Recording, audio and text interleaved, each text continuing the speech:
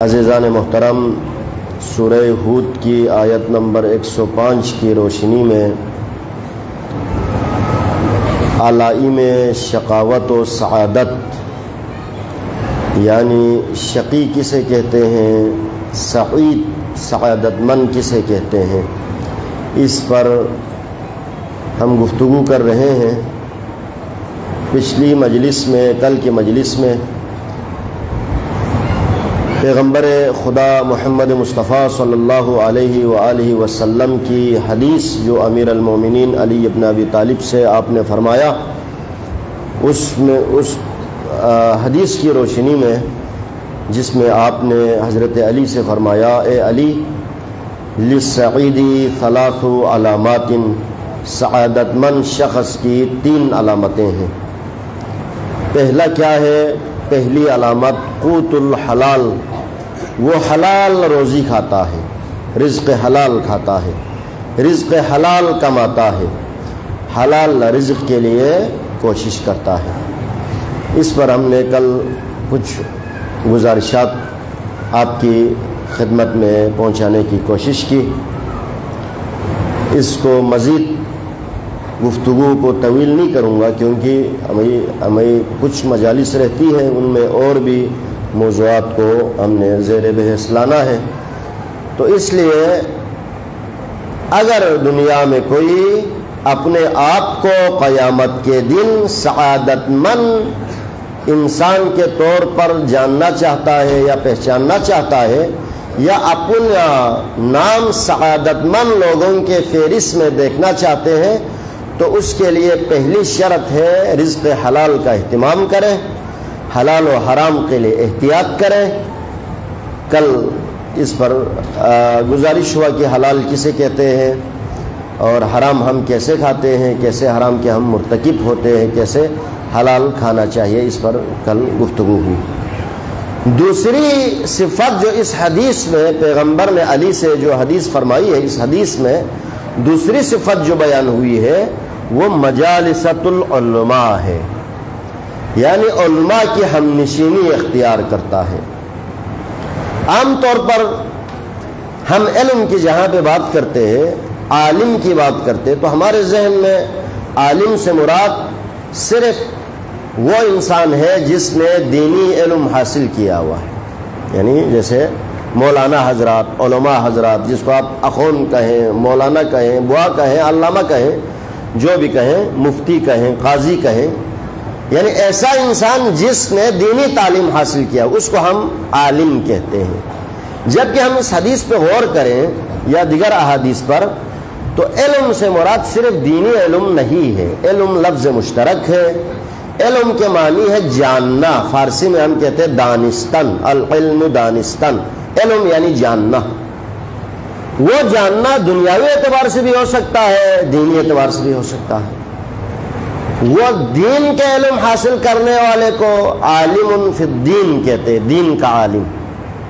لیکن ایک بندے کے پاس دینی علم نہیں ہے، شاید دین سے وہ اتنا آشنا نہیں ہے، لیکن باقی علوم میں وہ ماہر ہے، مثلا میڈیکل کا ماہر ہے، اس کو بھی عالم فی الطب کہا جائے گا، یعنی وہ میڈیکل میں اپنے فیلڈ میں وہ خود عالم ہے۔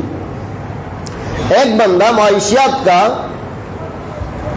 اکنامکس کا ماہر ہے، اس کو یہ حساب کتاب کے وہ مہارت رکھتا ہے، وہ اسی فیلڈ میں ماہر ہے۔ ایک بندہ کسی اور سبجیکٹ میں، کسی اور مضمون میں اگر اس کی مہارت ہے تو وہ اسی فیلڈ میں، اسی سبجیکٹ میں اس کو عالم کہا جائے گا۔ یہاں عالم سے مراد صرف دینی علم نہیں ہے۔ کیوں؟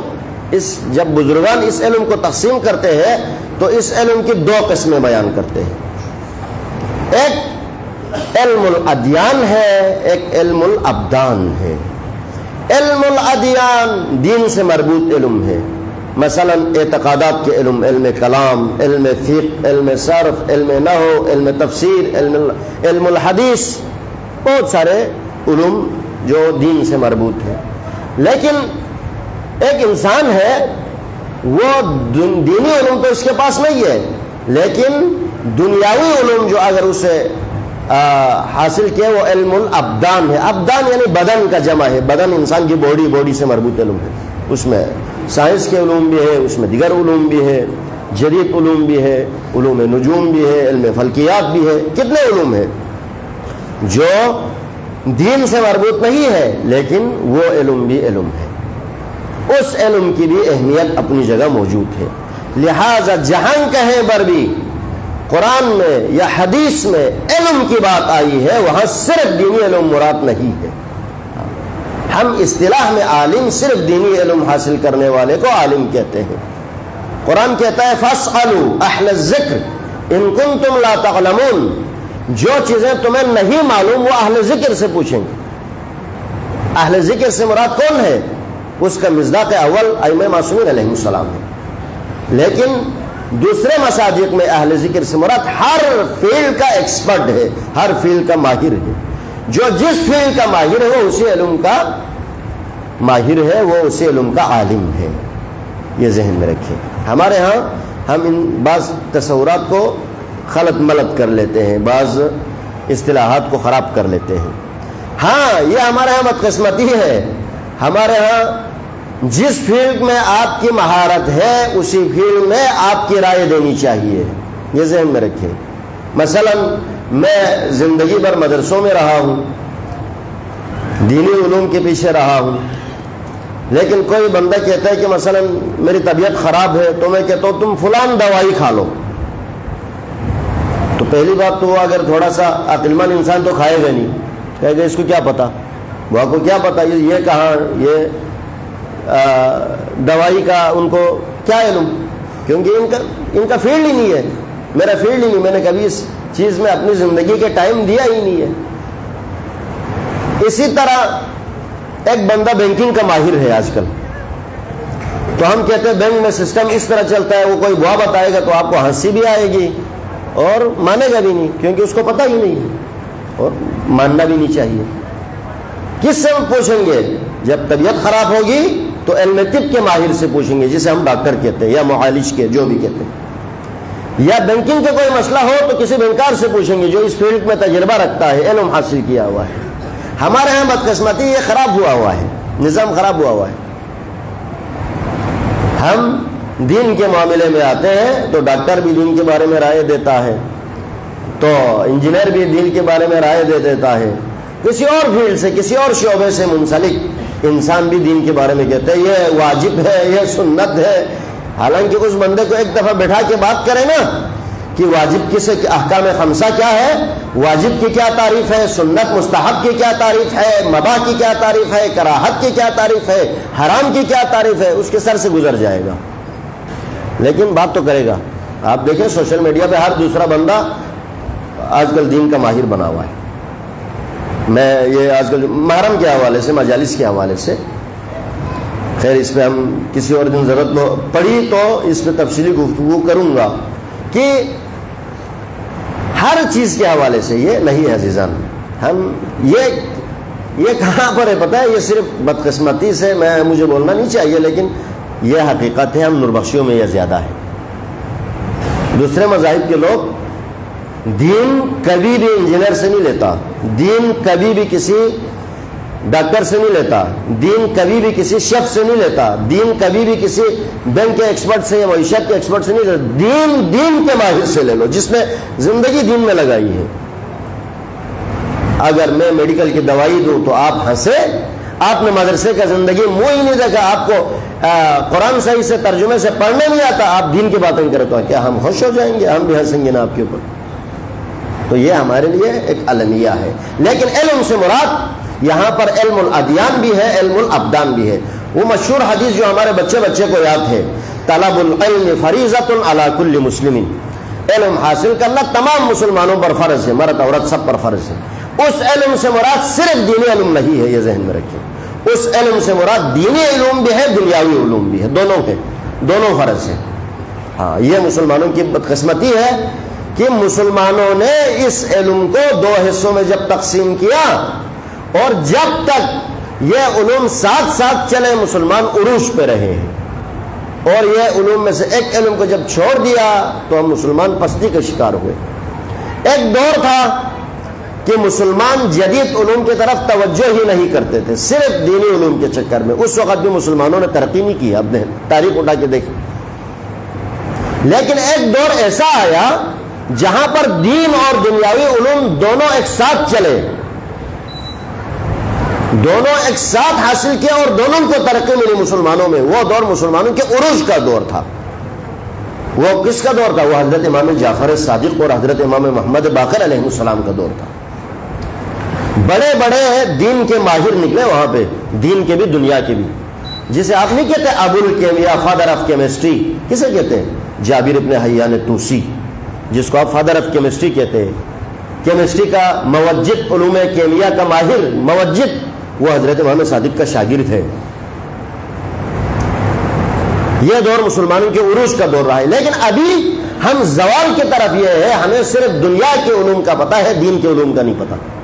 ہم نے تقسیم کیا ہوا ہے، دینی علوم کو مدارس تک محدود کیا ہوا ہے، مدرسوں تک، دنیاوی علوم کو کالج یونیورسٹیوں میں دینی نہیں پڑھا جاتا، مدارس میں دنیاوی نہیں پڑھا جاتا۔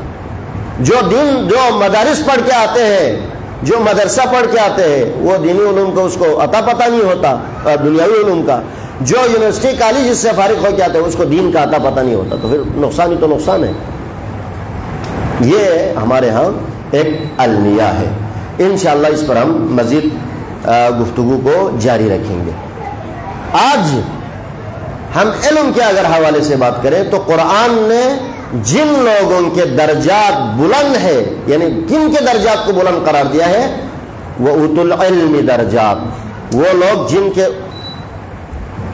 صاحبان علم کے درجات بلند ہیں۔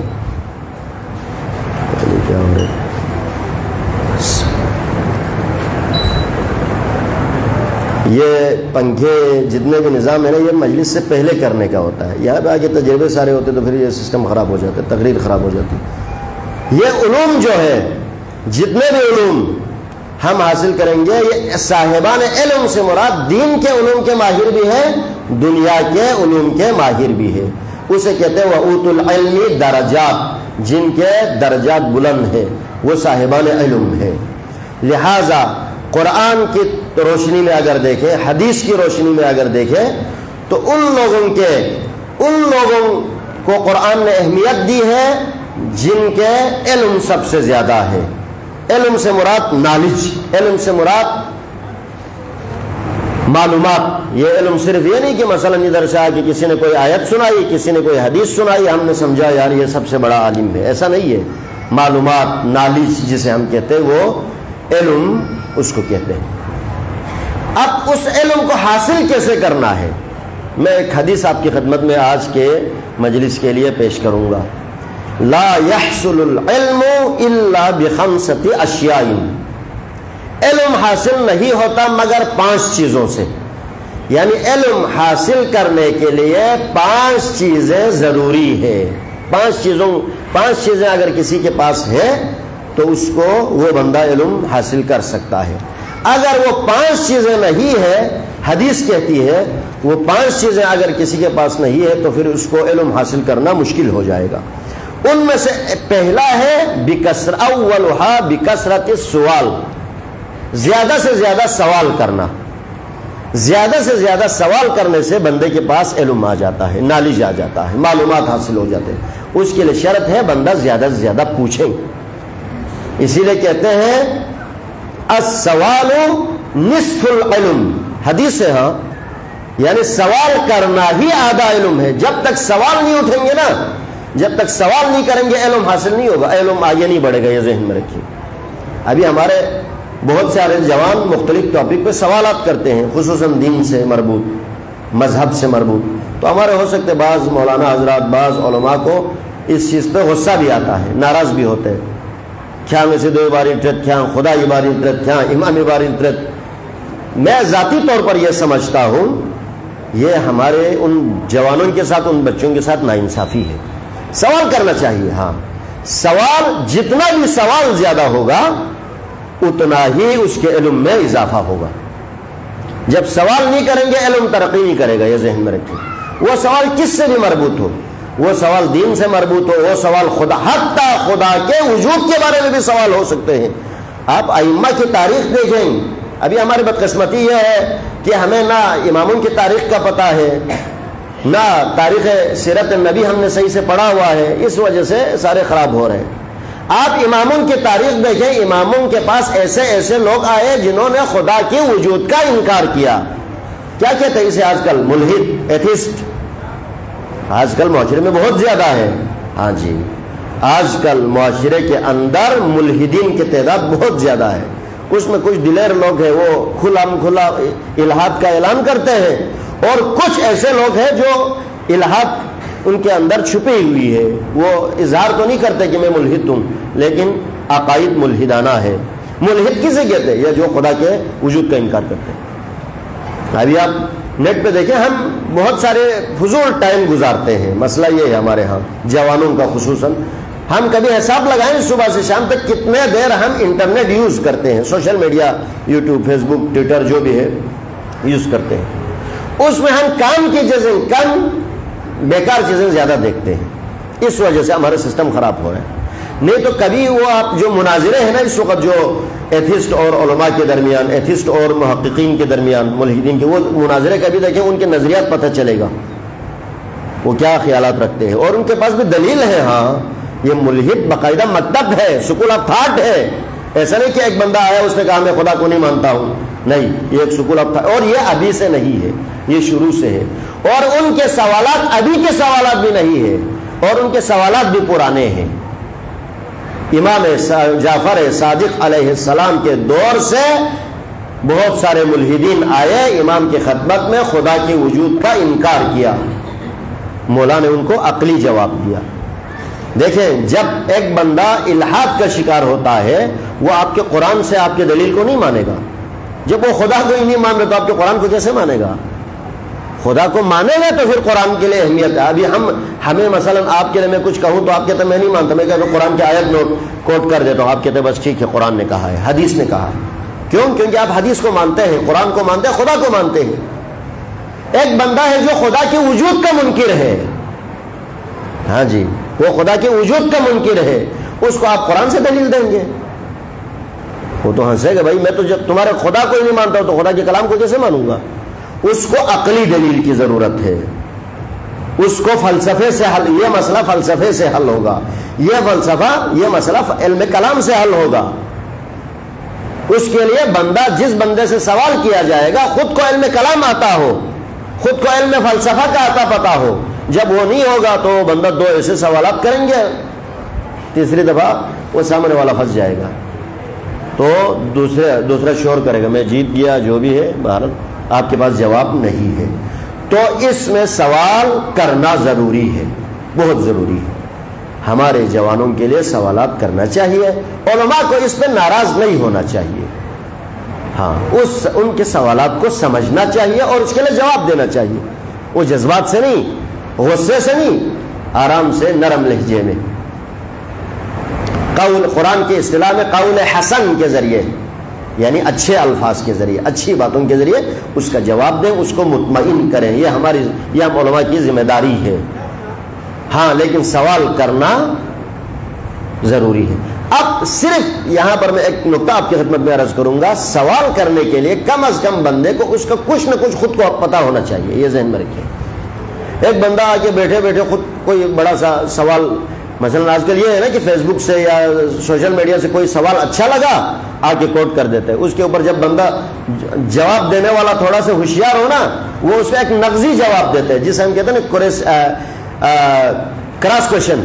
وہ کراس کوشچن کر لیتا ہے، وہ بندہ خود پھنس جاتا ہے، کیونکہ اس کو خود پتہ ہی نہیں ہے، سوال بھی کہیں کو اور سے لیا ہوا ہے. خود کے ذہن میں سوال پیدا ہونا چاہیے، یہ ذہن میں رکھیں. کسی اور کا سوال لے کے آئے گا، آپ خود پھنس جائے گا. اگر سامنے والا بیچارہ شریف ہو، جس کو خود نہیں پتا ہو، تو پھر شاید آپ وہاں سے فخر سے اٹھے. لیکن سامنے والا تھوڑا ہوشیار ہو نا، آپ خود پھنس جائے گا، کیونکہ آپ کو خود سوال آپ کے ذہن میں نہیں اٹھا ہے، کسی اور کے ذہن میں سوال اٹھا ہے، وہ سوال آپ لے کے آئے ہیں. ابھی ہمارے اکثر جوانوں کا یہ مسئلہ ہے. ہمارے اپنے ذہن میں سوالات اٹھنے چاہیے. وہ کیسے اٹھے گا؟ وہ مطالعے سے اٹھے گا، وہ اسٹڈی سے اٹھے گا، وہ کتابیں پڑھنے سے اٹھے گا. وہ جب آپ مطالعہ ہی نہیں کریں گے، اس ٹاپک پہ آپ نے کبھی کچھ پڑھا ہی نہیں ہے، کسی اور کا سوال اچھا لگا، آپ نے وہ لا کے کسی کو دیا، اس نے دو جوابات دیا، بندہ وہیں پر اس کا سسٹم ختم ہو جائے. یہ نہیں ہونا چاہیے. لہٰذا خود پڑھیں، خود مطالعہ کریں اس ٹاپک. آج کل آسان ہے نا، آج کل مطالعہ کوئی مشکل کام تو نہیں ہے، آج کل بہت آسان ہے. یہ آپ خود پڑھیں، ہاں پھر سوالات لے کے آئیں گے، وہ آپ کو جواب دیں گے، جواب سمجھ نہیں آئے دوبارہ سوال کریں، اسی لیے ہاں ایک یہ ضروری ہے۔ دوسری چیز جو حدیث تاکید کرتی ہے وہ سوال کا ہدف ہے، مقصد، آپ کس لیے سوال کر رہے ہیں یہ ضروری ہے۔ سوال سمجھنے کے لیے کرنا چاہیے۔ حدیث کہتی ہے سل تفقہن، سمجھنے کے لیے سوال کرو، ولا تسأل تعننا، پھنسانے کے لیے سوال نہیں کرو۔ آپ کو پتا ہے آپ کے محلے کا پیشمام بوا اخون جو بھی وہ بیچارہ تھوڑا کمزور ہے، اس نے کچھ خاص نہیں پڑھا ہوا، تو اس کی بےعزتی کرنے کے لیے یا اپنے آپ کو برتری دکھانے کے لیے اس سے کوئی سوال کر لیتا ہے، آپ کو پتا ہے اس کو سوال نہیں آتا ہے۔ یہ سوال کرنا شریعت میں درست نہیں ہے، کسی کی توہین کرنے کے لیے یا کسی کو پھنسانے کے لیے نہیں۔ سل تفقہن، سوال کرے سمجھنے کے لیے۔ ابھی ہمارا یہ مسئلہ بھی ہے، بہت سارے جوان جب ہم کسی ٹاپک پہ بات کرنا چاہتے ہیں، تھوڑی دیر گفتگو کرنے کے بعد وہ پوچھنا ہی نہیں چاہتا، وہ سمجھانا چاہتا ہے۔ ہاں جی، وہ سمجھنا نہیں چاہتا، وہ سمجھانا چاہتا ہے، وہ ہمیں سمجھانے لگ جاتا ہے، پھر یہ ہے جی، وہ ہے جی، فلان ہے جی، فلان ہے جی۔ جب آپ کسی سے سوال، اس لیے دو طریقے ہیں، ایک بحث ہے، میں خود ذاتی طور پر جو بھی اس طرح کے ٹاپک پہ بحث سوالات کرتے ہیں ان سے پہلے پوچھتا ہوں، ایک دو بات یعنی 2-3 منٹ بات کرنے کے بعد اندازہ ہو جاتا ہے بندے کی نیت کیا ہے۔ میں خود پوچھتا ہوں کہ آپ نے سوال پوچھنا ہے یا بحث کرنا ہے۔ ٹھیک ہے، وہ اگر پوچھتا نہیں میں نے سمجھنے کے لیے سوال پوچھنا ہے، اس طریقے سے اس کو سمجھانے کی کوشش کرتا ہوں۔ ہاں اگر وہ اس ٹاپک پہ آنے کے بحث کرنا ہے پھر تو وہ آسان ہے، پھر اس کو تو 2 منٹ میں اسی کی سوال اسی کے متھے لگا کے واپس بھیج سکتے ہیں، یہ آسان کام ہے۔ لہٰذا سوال کریں سمجھنے کے لیے، یہ بہت ضروری ہے۔ فقہ، ابھی ہم کہتے ہیں نا فقہ میں لکھا ہوا ہے، فقہ پڑھا ہوا ہے، فقہ کسی کہتے ہیں پتہ ہے؟ تفقہ، فقہ یعنی سوچ بچار کا نام ہے، سمجھنے کا نام ہے۔ لہذا سل تفقہا ولا تسأل تعننا، ہاں جی، کسی کو پھنسانے کے لیے یہ سوال کبھی نہ کریں، سمجھنے کے لیے کریں۔ آپ کے پاس ہاں ٹھیک ہے اس کے جواب سے آپ مطمئن نہیں ہوتے تو آپ اس کو دوبارہ سوال کریں، پھر ٹھیک ہے اگر بعد میں بھی پتہ چلا ٹھیک ہے بس بندے کو خود اس بارے میں خاص علم نہیں ہے تو آپ اس کے ساتھ ٹاپک کو کلوز کریں، کسی اور سے شروع کریں۔ آج کل کم تو نہیں ہے نا، کسی اور سے اس ٹاپک کو شروع کریں۔ لہٰذا ہمارے ہاں بدقسمتی، ہم نے باقاعدہ، میں خود یہاں اس مسجد کی بات کر رہا ہوں علی پور کی، ہمارے یہ جو NYM کے لڑکوں کو پتہ ہے، میرے یہاں آنے کے بعد میں نے باقاعدہ اتوار کے دن کلاس رکھا تھا یہاں پر۔ کلاس میں ہم نے آپشن رکھا تھا کہ سوالات کا، ابھی کچھ لڑکے ہیں جو ابھی باہر کام کر رہے ہیں، یہ ایسے لڑکے ہیں جن کو ہم جہاں بھی بلائے بیچارے آ جاتے ہیں، ان کو ہم کام کے لیے بولیں یہ گلی میں جھاڑو بھی لگائے گا، ابھی آپ دیکھیں یہ آخر میں رات 1 بجے برتن دھو کے جاتے ہیں، مسجد جھاڑو لگا کے جاتے ہیں۔ ان کو ہم درس میں بلاتے ہیں، بیچارے درس میں بھی آ کے بیٹھ جاتے ہیں، باقی کوئی نہیں آتا، یہ ذہن میں رکھیں۔ ہاں اب یہ نہیں کہنا کہ ہم ان کو یہ سوال ہم نے پوچھنا تھا، بندہ نہیں ملا، یہ نہیں ملا، فلان فلان، نہیں، ہم 24 گھنٹہ مسجد میں اویلیبل ہیں، ہر 5 ٹائم نماز میں ہم یہیں ہوتے ہیں۔ درس میں نہ آئیں، کسی ہفتے اتوار کو آ کے بیٹھے نا، کوئی نشست کرے نہیں کرتے، اور پھر کمرے میں ٹیک لگا کے آج کل پنکھے کے نیچے قمیص اتار کے پھر وہ موبائل کے ساتھ پھر بکواسات کرنے لگے، پھر تو ظاہر بات ہے دوسرے کو غصہ آئے گا نا۔ آپ نے سمجھنا ہے، اگر دیکھو ابھی ہم میں سے بہت سارے، میں خود بھی میرے کلاسز کا مجھے تجربہ ہے، ہم بہت سارے آن لائن کلاس پڑھے ہوئے لوگ ہیں، کورونا کی وجہ سے آن لائن پڑھے ہوئے نا۔ آن لائن یعنی کسی آن لائن پڑھنے میں یا فزیکل پڑھنے میں آسمان زمین کا فرق ہے، میرا خود ذاتی تجربہ ہے، میں نے پھر کہ 3 سیمسٹر آن لائن پڑھا، مجھے پتا ہے آن لائن پڑھنے میں اور فزیکل پڑھنے میں بہت زیادہ فرق ہے۔ ابھی جو کوئی بندہ ہمیں سوشل میڈیا کے ذریعے پوچھتا ہے وہ مجبوری ہے، ایک بندہ یہاں نہیں ہے، باہر ہے یا کہیں اور شہر میں یا کسی ایسی جگہ پہ جہاں پہ ہمارا کوئی نہیں ہے تو مجبوری ہے، لیکن جو پنڈی اسلام آباد میں آپ لوگوں کے لیے کیا مسئلہ ہے؟ پرسوں میں نے کسی پوسٹ کیا تھا فیس بک پہ، کسی نے کہا کہ مجلس کے بعد سوال و جواب کو نشست رکھنا چاہیے، میں نے بولا بسم اللہ، آج سے آئے علی پور میں ہم شروع کرتے ہیں، آپ آئے، ہم کوئی اس پہ ہمارا وہ نہیں ہے، لیکن شرط یہ ہے تفقہاً، سمجھنے کے لیے۔ پھنسانے کے چکر کریں گے تو خیر وہ پھر اس وقت ہم دیکھا جائے گا۔ لہذا علم حاصل کرنے کے لیے ضروری ہے لا يحصل العلم الا بخمسة الاشیاء، 5 چیزوں کے بغیر علم حاصل نہیں ہوتا. ان میں سے پہلا سوال ہے. بکثرت السوال، زیادہ سے زیادہ سوال کریں گے علم میں اضافہ ہوتا جائے گا. ابھی آپ ہمارے جو تعلیمی اداروں میں جو لیکچرز ہوتے ہیں اس میں بھی دیکھیں، ایک آ کے ٹیچر پڑھا کے جاتا ہے، اس کے سمجھنے کی صلاحیت کچھ اور ہوتی ہے. ایک بندہ آ کے ڈسکشن کرتے، 2 طرفہ پوچھتے بھی ہے، بولتے بھی ہے، سوالات کا بھی آپشن دیتے ہیں، پھر وہ زیادہ سمجھ آ جاتا ہے. لہٰذا عربی میں کہتے ہیں فہم السوال نصف الجواب، سوال کا سمجھنا خود آدھا جواب ہوتا ہے. لہٰذا سوال کریں، بسم اللہ کریں، سوال کریں. سوال کرنے کے لیے اسی لیے مولا نے فرمایا العلم خزائن، علم خزینہ ہے، خزانہ ہے. ہم کہتے نہیں کہتے فلان کو خزانہ مل گیا. ومفاتیحہ السؤال، اور اس کی چابی سوال ہے. جب تک سوال نہیں کریں گے علم کا خزانہ نہیں کھلے گا.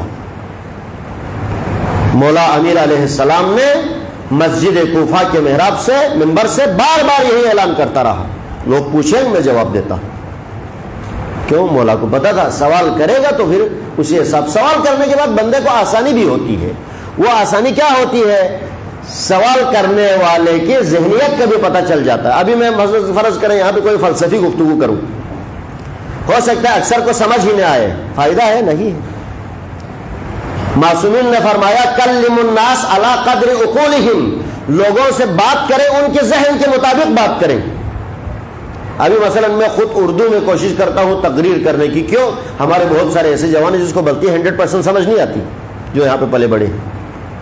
ہمارے بعض جو بزرگ حضرات ہیں ان کو غصہ بھی آتا ہے، لیکن اصل ہدف، کیونکہ جن کے عقل کے مطابق بات کرنی چاہیے. کلم الناس علی قدر عقولہم. لہذا آپ سوال کرنے سے پتہ چلتا ہے بندے کی علمی سطح کیا ہے، بندے کا علمی سٹیٹس کیا ہے، بندے کی سوچنے کی صلاحیت کیا ہے، پتہ چلتا ہے. پھر جواب اس کا آسانی سے مل جاتا ہے. مفتاح السوال، اس کی چابی جو ہے سوال ہے. فَإِنَّهُ يُوجَرُ أَرْبَعَةٌ، سوال کرنے سے 4 قسم کے لوگوں کو اجر ملتا ہے، فائدہ ملتا ہے.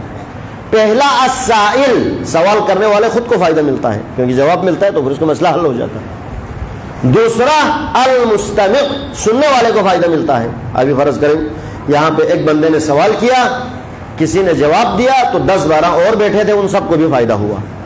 تیسرا المتکلم، جواب دینے والے خود کو بھی فائدہ پہنچتا ہے. ہو سکتا ہے وہ سوال اس کے ذہن میں نہیں تھا، ابھی اس نے سوال اٹھایا، اس کے ذہن میں بھی ایک نئی معلومات کا اضافہ ہوا. 4 والمحب لہم، ان سے محبت کرنے والوں کو بھی، علم چاہنے والوں کو بھی، علم کے محبین کو بھی فائدہ ہوتا ہے. لہذا سوال کے ذریعے سے علم حاصل ہوگا. سوال نہیں کریں گے علم حاصل نہیں ہوگا. یہ ذہن میں رکھیں. 5 چیزیں ہیں، ایسی 5 چیز جس کے بغیر پیغمبر کی حدیث کی روشنی میں علم کا حصول ممکن نہیں ہے. باقی 4 چیزیں ٹائم نہیں ہے. میں انشاءاللہ باقی 4 چیزوں پہ کل بات کروں گا کہ وہ باقی 4 چیزیں کیا ہیں جس کے بغیر علم حاصل نہیں ہوتا. پہلا سوال ہے. اسی لیے مولا امیر علیہ السلام نے، امیر المومنین نے ایک عجیب جملہ فرمایا علم کے حوالے سے. ہمیں وہ جملہ کبھی ہم غور کریں نا، واقعی کتنا دقیق جملہ مولا کا. مولا فرماتے ہیں ایک ایسا بندہ جس کی زندگی کے 3 دن یا 2 دن گزر جائے اور اس کے معلومات میں اضافہ نہ ہو، پھر اس کی زندگی زندہ رہنے کا کوئی فائدہ نہیں ہے. 3 دن مثلا میرے زندگی کے گزر جائے، میرے علم میں اضافہ نہیں ہوا، میرے نالج میں، میرے معلومات میں اضافہ نہیں ہوا، مولا کہتے ہیں گویا وہ زندہ ہے ہی نہیں ہے. لیکن ہم تو ہے کہ جو کچھ شروع میں کہیں سے پڑھا ہے بس، مطالعے کا رجحان نہیں ہے، پڑھنے کا رجحان نہیں ہے. نہیں تو آج کل پڑھنا بھی آسان، کتابوں تک دسترسی بھی آسان. آپ پرانے علماء کی، بزرگوں کی حالات زندگی پڑھیں، ایک کتاب کے لیے دوسرے ملک تک سفر کیا ہے. آج کل ساری کتابیں ہمارے پاس جیب میں، موبائل کے اندر موجود ہیں. لیکن ہم ان چیزوں کی طرف توجہ نہیں دیتے. عزیزان محترم، میں تقریر لمبی نہیں کروں گا. ہمیں ان مجالس سے، آزاداری کے ان مجالس سے، حسین ابن علی کے ان مجالس سے سیکھنے کو ملنا چاہیے. یہ ذہن میں رکھیں. ہمارے معلومات میں اضافہ ہونا چاہیے. عزاداری کا اصلی ہدف یہی ہے. کربلا درسگاہ ہے، کربلا سیکھنے کی جگہ ہے. میں نے پرسوں بھی کہا کربلا میں آپ اعتقادات ٹھیک کر سکتے ہیں، کربلا کے ذریعے، کربلا کے ذریعے اپنے احکامات ٹھیک کر سکتے ہیں، کربلا کے ذریعے اپنے معاملات ٹھیک کر سکتے ہیں. شرط یہ ہے کہ کربلا کو سمجھیں، پڑھیں، غور کریں. محرم کے 10 دن ہم مجلس سنتے ہیں، پھر اس کے بعد ہم کربلا کو بھول جاتے ہیں. ایسا نہیں ہونا چاہیے. ہم کربلا کے حوالے سے کتابیں پڑھیں، لٹریچر پڑھیں، اچھی ویڈیوز دیکھیں، اچھی گفتگو سنیں، تحقیقی گفتگو سنیں، معلومات حاصل کریں. پھر اس کے بعد آپ کربلا کے بارے میں سوال اٹھا سکتے ہیں. جب خدا کی وجود کے حوالے سے سوال اٹھ سکتا ہے تو کربلا کا واقعہ کوئی تاریخی ایک واقعہ ہے. تاریخ کربلا کے حوالے سے سوالات اٹھا سکتے ہیں اور اس کے جوابات بھی انشاءاللہ آپ کو مل جانا چاہیے. کربلا عجیب درسگاہ، جہاں پر حسین کے ساتھی، حسین کے اصحاب، حسین کے بھائی، حسین کے بیٹے، جنہوں نے اپنے خون سے درس کربلا لکھا ہے، اپنے خون سے. ندان کربلا یخما تامنا کچھ چک بوسی ذاکر پوسی کٹسی نفما تنگ ندان یا حسین درمت نہیں. کربلا ویلس میں کربلا محسوس بیلس. کربلا جب تک محسوس بے سمت پا کربلا درک میون، کربلا سمجھی میومن. دک پسکل جوان بوچ کیت پا بوشی بوئی برنگ نیزت ہو انزونی دنگا وروا بسمت کیا حسین محبت یتن ہویا. لیکن کبھی کو چک سنبت ہوئی ارگاس پہ آتی دن پہ جوان بچی بس شہید سو گر وہ کبھی ماتی معاشرے جکتو سی ارگاس پہ آتے سامنے جوان بوئی لاش پہ کیوں منا آتی چی حالت وہاں ذر وہ درک بیوس کربلا احساس بیوس احساس بس میں پا کربلا میشت بین. انسان ککف ہونو دو گدے مثلا دینا ککف ہونو دنیا کی نرگالت گل بنا انسان نے سوسے اولاد کو پسند ہے، ککے اولاد کو پھونے اولاد کو زیادہ خشن ہوئے. چاہ ککے محبت پوئی تومی، ککے دیدار پوئی تومی، پھونے دیدار پوئی تومی. حسین لسان شہزادہ قاسم میں یا محبت پوئی تلپا نہ اچھی گینو صرف یہ حسن نہ حسین نہ اچھی گینو لوخوری فرق کی امام حسن میں امام حسینی عمر پر لوخوری 1 سالی فرق. چک کو 3 شعبان 4 ہجری لا، چک کو 15 رمضان 3 ہجری لس کے اس پر لوخوری فرق کی تقریباً 11 مہینے فرق. لیکن یمبو سارے زندگی اپوچو سے کر سنو بین اپوچو نے یمبو دکھ سے گندے کاچور گل کاچو ہی تو میں یاد سنلتے ہیں. اور حسین فوج غیرت کو شب عاشور عاشورائی چھن اللہ حسین سی گامر بین اس دم سے نا مشہور خطبوں کا سل بیوں گامل سونزر رے بین اظہار خیال بیاس زہیری سی اظہار بیاس عباسی اظہار بیاس راوی سی زرت دے چھوڑ بے چکیں گامز دم سے پا دیر بے آخر پہ نا 13-14 سال شوچک بار لامت سک حسین علاقے کا اشارہ بے سک یہاں سے کہ شوزر کھو یہاں سے کہ تو سک دے من باری یہاں لامت سک حسین یہاں اشارہ بے سک یہاں سے کہ تو کھو یہاں سے کہ تو سک یہاں لامت سک آخر پہ حسین دیکھ شولا ٹس یہاں چی کا سل بیوں یہاں سے چیز زرت زر زبن دے 13-14 سال شو سی زرت سک شسپا میری چلی بہت سن سے حس کے شہید وقت کو نہیں ملتا صحیح میں زبن مولا سی دیکھ شری امتحان چی لنت دیکھ شری امتحان لنت چک اصل بیوں کیف الموت اندک بچو یالا موت پچی نشے سے زبن دے 13 سال میں شو سی زرت سک احلا من الاصل نلاز شاہد پسند نرمو سے زت دیکھ شو قاسم ابن الحسن ان پا حضرت امام حسن امیگیوت ان پا گندے 10 محرم لا حسینی اصحاب و انصار کن چھم خر چوخ کو حبیب چوخ کو زہیر چوخ کو بریر چوخ کو ساتھن چھم سے نا بنی حاشم پہ رستھن بنی حاشم بن شہید و رستھن منا ام فرواسی قاسم لکسل بیوں شسپن رینچن عزیزی میں گئوت یری بابا دنیاہی کمت یا شخص نا یری بابی رنگ لنا با سنچے کسترخ کر حضرت قاسم شیخ جفل بیاس چسپن رینچانی با سنچے نہ تھاتے نری کھیمتش چوک پہو یری گنبی کا قربان بیت مولا سی کسل بیوں بابی میگی اوت یان سنچے اوت یان لخص شوق منائی مسون موان کسل بیوں غلا نام سنکاچو حسن لرتسمیونا یا لرتن قاسم لخص شوق زر بار بار تاکید بیس بار بار تاکید بیس لخص شخ فرواز ترس بوچو یا ما شخص تھامن والله سلام دک شک دعاو نکایا ترس یا ما شخص جفل بیس شسپن نیچن زیزی بواسون سے اجازت من المت تامامت نسکا گو ترتا سے سمبے بھوک دیمن اچانک زیزی سی کسل بیوں میگی اوت یری بابا دنیای کنرگل بی وخلا تاویز شکر بیست پا دے تاویز پر بیسنا یری رستوت پی کتان فین نالا یو کسل بیو فین زندگی ہن چک پا پریشانی وقت ہونا دی تاویز پر کھول اتوز زرے ارادرین کربلا پس تھالے پریشانی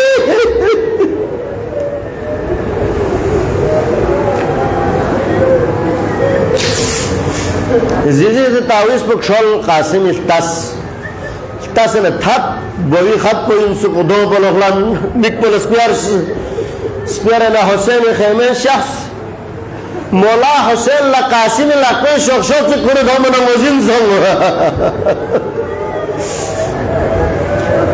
تریس چسپن رینچن واسن سے لگی اد چیم زمنا قاسم تھات شن محمد سک اوسن کسل بھی واتسوک چسپن رینچن واسن سے حاضی وصیت عبی و اجازت حربی واسن سے یہ وہی وصیت بنا یہ تھا اجازت نامویا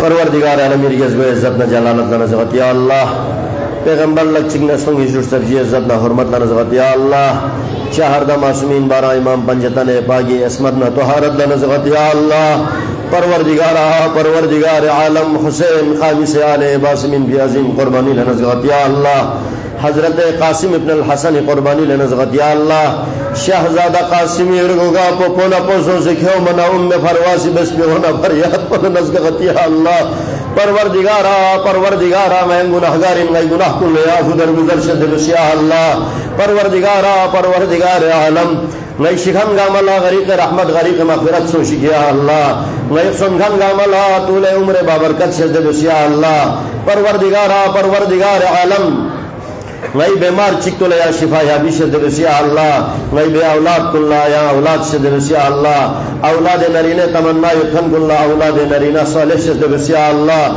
پروردگار عالم سفر یتخن کن سفر بو بے خطر سوشک یا اللہ پروردگار غی یلین بہار پی جوان کن سرما سنسن یریز کو حفظ و امان یق یا اللہ پروردگار غی اولاد کن نیک صالح تعلیم یافتہ و خدا توفیق شد دلس یا اللہ پروردگار غی اللہ علوم عالم محمد حاصل بھی پی خدا توفیق سے دلسی اللہ پروردگارا غی نسل در نسل نا دشمن اہل بیت چکی اسکم چک شکی اللہ پروردگارا غی لقن لانستو ہویت غی نامہ عمال بو سیاہ ہویت پروردگارا حسین کے چھنات من دکو متنا غی شکا عمل چھنات قیامت جل یا شیوہ غی فریبائی سے شفاعت سو شکی اللہ پروردگارا دی مجالس کن ان تبرکات کیوں کھن کن دیکن حضورات تن کھن کن شرکت دے کھن کن قصہ خان مرچ خان نو خان گامس کن کن یت نورتن کو حاجت کن رواز سو شکی اللہ دیکھو نظرات میں نے کھن کن نازل کن یا درگاہ قبول و مقبول سو شکیا اللہ پروردگارا کھونگے گا قسم تنگو حاجت جسم کن کھرے یمنا تنگو حاجت کن روا سو شکیا اللہ نئی مجلسیت پی سرما سن سے ککا خونو آنگو سلیمو گا قسم کن یت نور تنگو حاجت کن روا سو شکیا اللہ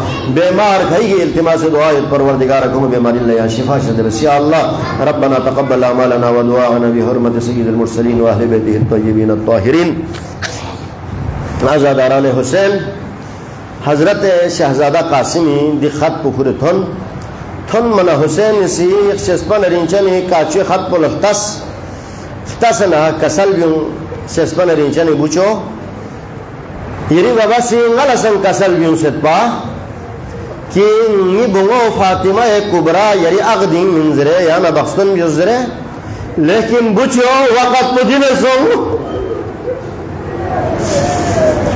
نسی فاطمہ ناسو فاطمہ کبرا میں یری نکاح پزت یتی بخصن کو قیامت انشاءاللہ حشر میدانی بت قاسم لا یو کسل بیوس فاطمہ لگ پوشوں سے قاسم لگ پہ تاکہ بعد لہا قاسم تیار بیس تھنگ تامل تیار بیس اپوچو حمزے میں زوجو سلنس ذوالفقار حیدری شمشق لطانس اپوچو مصطفیٰ یہ تھوت پہ گوئے کا کل پھر بعد لا حسین لا عجیب مرحلے چکو اس گا جوان چک تھنگ تامی وقت لا کھر گوئے کا کھپ تامین پا زیرہ تامین پا تاکہ زخم میں تھنزرے قاسم تھنگ تامی وقت لا قاسم لگاؤ میں زیرے مطب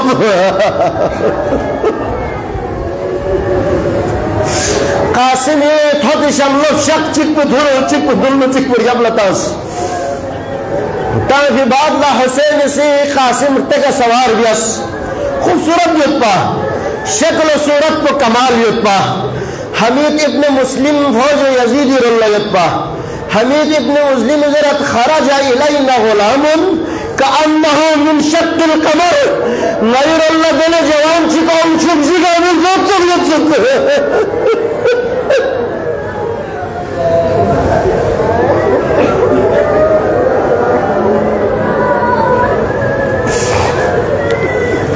رجال موسی جفل بیس مولا یانس نغی اقنبو کسن جتن میا کسل بیو حسینی ام فروالا اوے دعا اولاد لفن من یا جانی ماستا سے دعا بیوس لطا لیتن دوگت قاسم دھنگی شخص نا ازدپا چل سو انگھن موانا عمر سعودی ازرق شامی تانس ازرق شامی ضرب پہلوان پہ اومت ہو منا حسین یودن ایران تغیر سنگ ام فرواسی جفل بیس مولا نیبو کچھے سمجھ تھنزا حسین کسل بیو یان دعا بیوسو لیہن شگو پہلوان چک قاسم ہی مقابلے ہو سکت فروائی دعا پہ پھن قاسم سی ازرق شامی واصل جہنم بیس ازرق شامی خیر بطو منا فوج اشقیائی نزد پلا انگھن موانا قاسم تھمسکن نشوز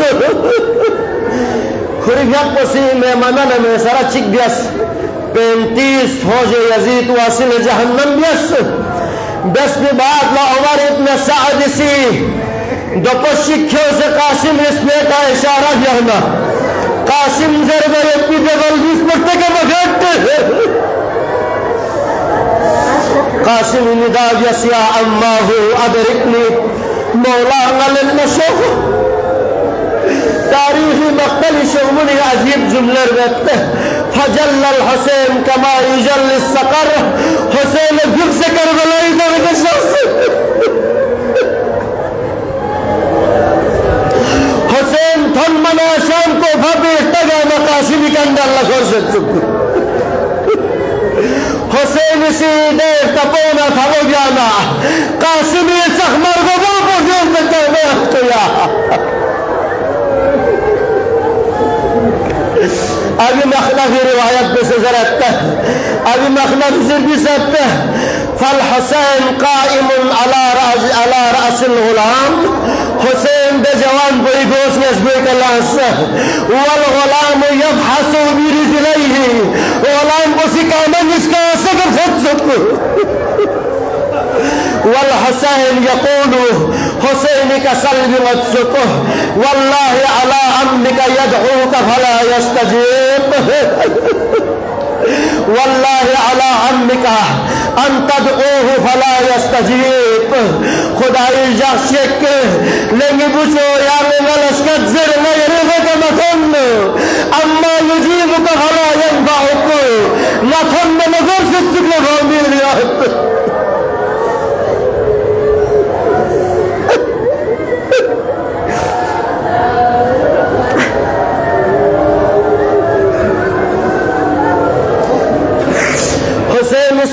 قاسمی سر کو فامل لن کا سلب محیل کھچے مجھوات آخری جنگ کا سرجن نبیوی حسے قاسمی جفل بیس چسپن ریچنی واسن سے نیزیزی بوزی نبیوائیت ہے نیزیزی بوامت کنی میں ہے بیس چسپن ریچنی واسن سے ولی یعو فکر بتی